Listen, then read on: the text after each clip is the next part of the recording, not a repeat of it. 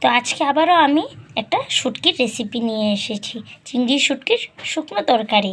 তো হ্যালো বন্ধুরা, কেমন আছো? আশা করি সবাই ভালো আছো। মিষ্টি কুকিং ব্লগে আপনাদেরকে আবারও আমি ওয়েলকাম জানালাম। আর আপনাদের আদর ভালোবাসা আমিও খুব ভালো আছি। তো চলো বেশি দেরি না করে আমরা এই চিংড়ি শুটকির শুকনো তরকারির রেসিপিটা দেখে নিই। তো প্রথমে আমি চিংড়ি শুটকিটাকে গরম জল দিয়ে ভালো করে ধুয়ে নিই।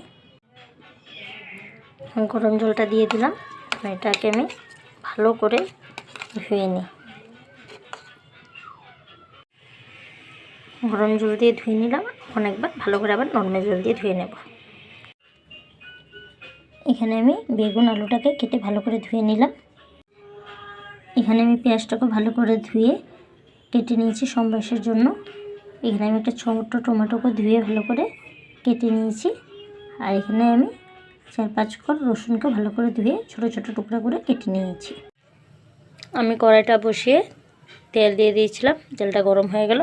এখন আমি এই চিংড়ি শুটকিটাকে হালকা করে ভেজে নেব। তো আমি এটাকে হালকা করে ভেজে নিলাম, আর নামিয়ে দেবো। আমি চিংড়ি শুটকিটাকে হালকা করে ভেজে নামিয়ে নিলাম। আমি আবারও কড়াইটাতে তেল দিয়ে দিলাম, তেলটা আমার গরম হয়ে গেল। এখন আমি এখানে পেঁয়াজটাকে দিয়ে দেব। পেঁয়াজটা হালকা ভাজা হয়ে গেল। এখন এখানে আমি বেগুন আলুটাকে দিয়ে দেব। বেগুন আলুটা দিয়ে আবারও ভালো করে এটাকে আমি একবার নেড়ে দেবো। এখন আমি এখানে পরিমাণ মতো নুন দিয়ে দিলাম, আধা চামচের মতো হলুদ গুঁড়ো দিয়ে দিলাম। আমি এটাকে আবারও ভালো করে নেড়ে দেবো। এখন আমি এখানে রসুন কুচিটাকে দিয়ে দেব।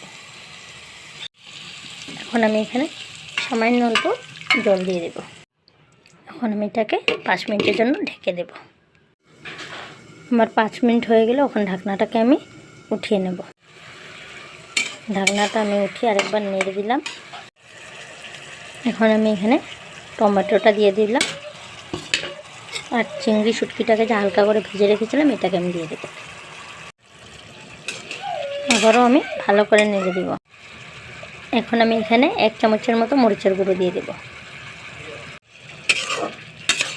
আবারও আমি এটাকে ভালো করে নেড়ে দিলাম। আবারও আমি এটাকে 1 মিনিটের জন্য ঢেকে দিলাম। 1 মিনিট হয়ে গেলে ঢাকনাটা উঠিয়ে নেব। এটাকে আমি ভালো করে ভেজে নিই। এখন আমি এখানে আবারও সামান্য অল্প জল দিয়ে নেড়ে দেব। আমি এটাকে আবার সামান্য অল্প জল দিয়ে ভালো করে নেড়ে দিলাম। আমার চিংড়ি শুটকির শুকনো তরকারিটা রেডি। এখন আমি এটাকে নামিয়ে নেব। আমার চিংড়ি শুটকির শুকনো তরকারি রেডি।